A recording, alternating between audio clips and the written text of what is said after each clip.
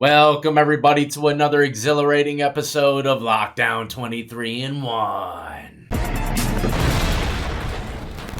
That's right, today I got a lineup of lockup and crime related stories coming your way. First story is going to end with a clip of someone being sentenced to death. And unfortunately, two more recent stories of inmate on inmate homicide. One of them hits home very close because of something that I went through just the other day. I'll break it down when we get there. So let's jump right into it. If you enjoy this type of content, all things lockup and crime related, then this is where you want to be. Hit that like, subscribe, notification bell before you leave. And check out my playlist with many more videos for you to start watching today.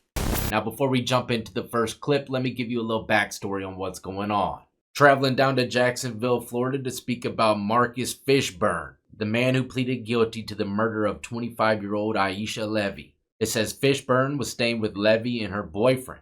When Levy's boyfriend returned home, he found blood all over the apartment. Fishburne left a note behind that said he and Levy are both dead and threatening that the boyfriend would be next. They were able to locate Fishburne, who was trying to escape on a Greyhound bus. An investigation uncovered that Fishburne had taped Levy with her hands bound before killing her. He admitted to strangling and stabbing her as she was getting out of the shower. The jury voted 10-2 for Fishburne to receive the death penalty, and that's what we're going to witness today. But before we jump into the courtroom to witness this monster get sentenced to death, let's speak about a situation that took place in the jail. Believe it or not, a lot of people might think that someone with this kind of crime would probably go to a PC unit. And usually, sometimes, if the case is really high profile, they will go to a special unit where they'll be kind of secluded from everybody else. But not with Fishburne. It seems as though he was in GP, mingling with the gang members and had a little altercation. Turns out he tried to kill someone before getting sentenced for murder. That obviously couldn't have helped the situation, because the guy that he sliced took the stand and testified against him. It says Marcus Fishburne found guilty for slicing the neck of a fellow inmate, Joshua Stripling. Now, Fishburne gets 5 years for slicing him across the neck. But what exactly happened in the cell block for him to get 5 years? This is what Stripling, the individual that got stabbed, testified back in December, showing jurors the thick scar in his neck and telling them the confrontation occurred after Fishburne stole items from his jail cell. Fishburne denied stealing anything, saying Stripling is a member of the Cutthroat Gang in jail. Anybody out there in Florida heard anything about the Cutthroat Gang? Let me know, because I haven't. Fishburne testified that Stripling was in charge of the jail pod's wick, or fire source. And I've told stories in the past where that was my position in a particular reception building with 3 floors of inmates, killers, rapists, you name it. I'm the only one with the flame. I got all kinds of people coming to my cell. Had a wick hanging out the window burning about 5 feet long, all day and night. Met some interesting people being the wick man. It becomes tiresome though, you know. Anyways, Fishburne said that Stripling was the wick man, the source of fire, and didn't want to give Fishburne access to the flame, which makes sense because Fishburne's in there for killing a woman. So naturally, most places I've seen, gang members ain't gonna let someone like that thrive in the cell block. Fishburne continues saying that he got a light from another inmate, went into his cell and started burning plastic chess pieces. Why? To make tattoo ink. Cover it with a brown paper bag or a little cracker box to catch the soot. Scrape the soot, mix it with a little shampoo, and boom! You can get people to draw on you like I did.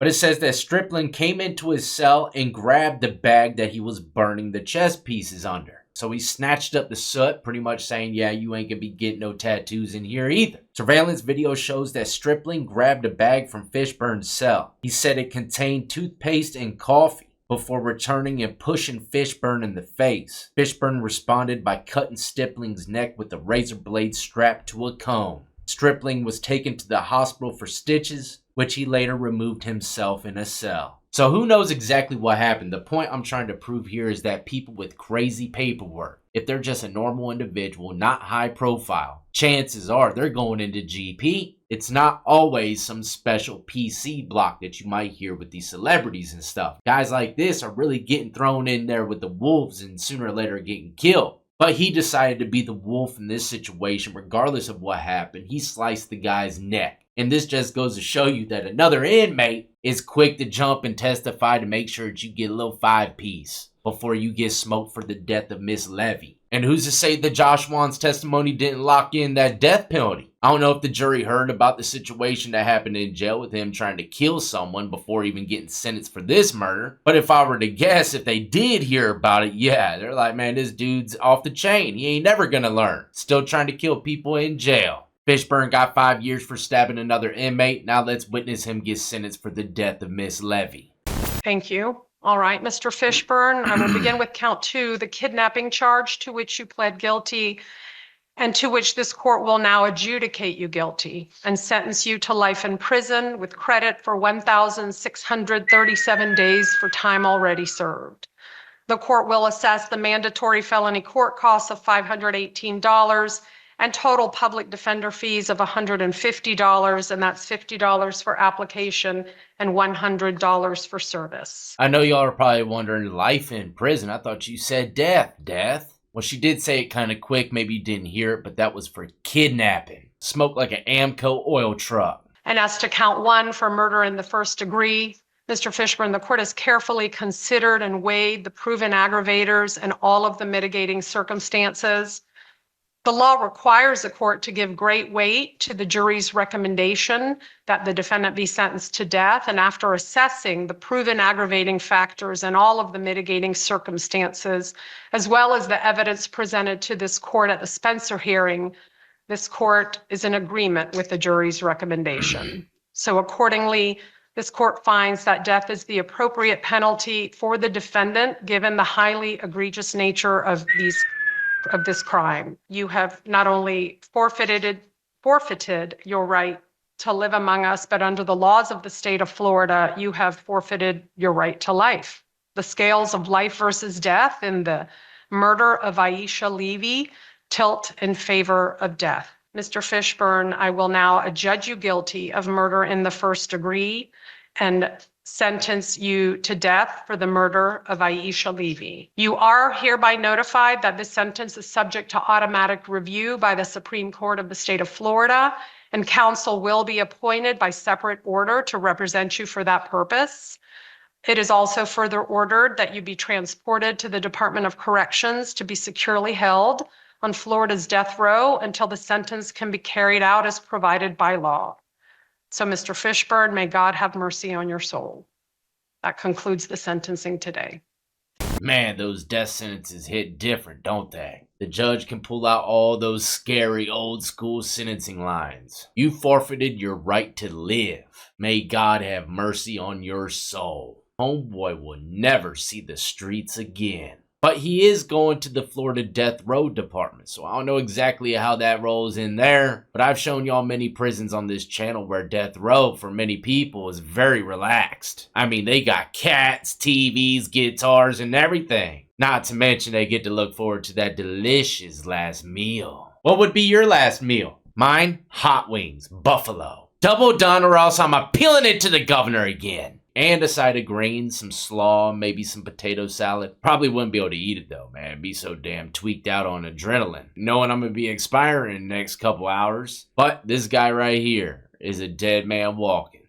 Now the next few stories aren't gonna be in too much depth like the first one. Just a little update of what's going on inside a prison. Traveling down to Florida once again, an inmate at the Hernando County Detention Center died after another inmate randomly kicked him. Now there's a video of this assault. Of course, I don't show violence on the channel, but I will show a couple pictures leading up to it. Surveillance video showed inmate Antwerp sitting on the bunk bed in the medical unit when 35-year-old William Gillespie was let out of his locked cell. And in these medical units, they do have separate cells for people that might be acting out, but they still need to have medical treatment. They don't want the people that's in there being nice and peaceful being attacked by him. If I were to guess, that's why he was in the cell. I'm not quite sure. On Friday, he was called out the cell to talk to the sergeant about previous 2 fights. And moments later, he randomly went up to inmate Antwerp and kicked him in the face from what I seen 2 times. It was a surprise to us all and the other inmates. I don't know if we'll ever know why he did it. We don't have any indication that he knew the person or knew the charges or knew anything about our victim. Now, like I was saying in the intro, this story really hits home. Remember, I told you I hit my head on that rock. Once again, I'm bringing it up. It was the hardest my head's ever been rocked. No pun intended. Anyways, man, I was paranoid that I might have had a brain bleed or something and died a couple days later. Well, guess what? That's exactly how Antwerp dies. It said after being checked on by medical staff, Antwerp seemed fine, and he said he wasn't hurt. However, as time progressed, he declined rapidly and was transported to the hospital the next morning. Antwerp died in the hospital on Saturday. Medical examiner ruled that the cause of death was the brain bleed. Unreal, right? You think you're perfectly fine. Next 2 days, man, you're probably getting sick, dizzy, all kinds of stuff. Your brain's bleeding. I don't know if those are the symptoms. I'm just guessing. Man, oh man. And in jail, it's hard to get the right treatment on time. All the places I've seen with people that had like major medical issues, but they didn't know exactly what it was, kept giving them Tums or aspirin or something. I mean, just a few more days and they would have passed away if they didn't get to the hospital in time. So something like a brain bleed where time is of the essence, it's a scary thing to have in jail. But just to turn the tables here a bit, they said that Gillespie had no idea who the individual was that he attacked, or did he know anything about his charges. Why they bring that up? It's because maybe he did know about Antwerp's charges, which was sexual misconduct on a minor. So regardless of what anybody says, I'm leaning more along the lines of he might have found out what he was in there for. Can't stamp it though, because at the same time, the way that he attacked the individual wasn't too aggressive, right? You wouldn't think that it would have killed him. So maybe he was about to leave the medical unit and wanted to attack someone again and make sure that he goes to a cell by himself. Anything's possible, especially when the person that was attacked had bad paperwork. But anybody out there that happens to get possibly the hardest head injury they ever had, don't take it lightly. Go to the doctor and make sure everything's all right. Now, for the next story, we're traveling down to California. Usually news channels or articles that cover the death of an inmate in California ain't really too descriptive. It's pretty much plain and simple. Who died, what prison, and what was all the people that was involved in for. That's usually it. But I found it to be interesting because the individuals that took the person's life are like all old heads. Not saying that they ain't built like that. Trust me, I've seen some old guys put down. Not to mention those convicts have been there since they were like 19, man. They're built different. They don't know nothing but prison, which is liars, thieves, and killers, you know? So you can only imagine what they've seen and what they're capable of. But it says 3 inmates, Michael Brown, Jerry Dunham, and Rex Dickey, allegedly attacked another inmate, Dwight Gibbs. Staff intervened and were able to restrain the 3 inmates. It's unknown what may have prompted the alleged attack. Gibbs was taken to the prison's medical unit, then transferred to a local hospital where he later died from his injuries. Brown, Dunham, and Dickey were placed in restricted housing as the investigation continues into Gibbs' death. Gibbs was received from Los Angeles County on January 19, 2023, and was serving a 41-year sentence for attempted second-degree murder and other charges. Brown, Dunham, and Dickey are all serving life sentences without the possibility of parole. I can't help but to wonder what this guy might have done, though. Oh, I forgot to mention that this was taking place in Kern Valley State Prison. But that's a wrap, ladies and gentlemen. Hopefully you enjoyed today's roundup of lockup-related news. Stay tuned. All of this that you're seeing behind me is going to be completely different. I'm relocating my office to another area of the house, a much smaller area designed specifically for me and what I want for all my monitors and stuff. I'm going to be able to turn off my sound suppression filters on my mic, because right now I'm in the basement and you can hear all the feet and everything above me if I didn't have it on, and it kind of changes the frequency of my voice a little bit. So with me being in the new closed-in environment, my voice should start sounding a little bit more natural. Probably not much more different than what it is now. I don't know. We'll see. And not to mention, man, it's getting very lonely here without my baby Lucy. I'm not gonna lie. I miss her so much, man, and I miss everything about having a dog around. And my kids are just dying for, some more pets. So I think I'm going to be getting 2 bulldogs and 2 cats. I don't know how that's going to work, man. It should be fun. In the meantime, though, if you enjoyed, hit that like, subscribe, notification bell before you leave. And as always, y'all be easy, be safe, and more importantly than anything, stay free.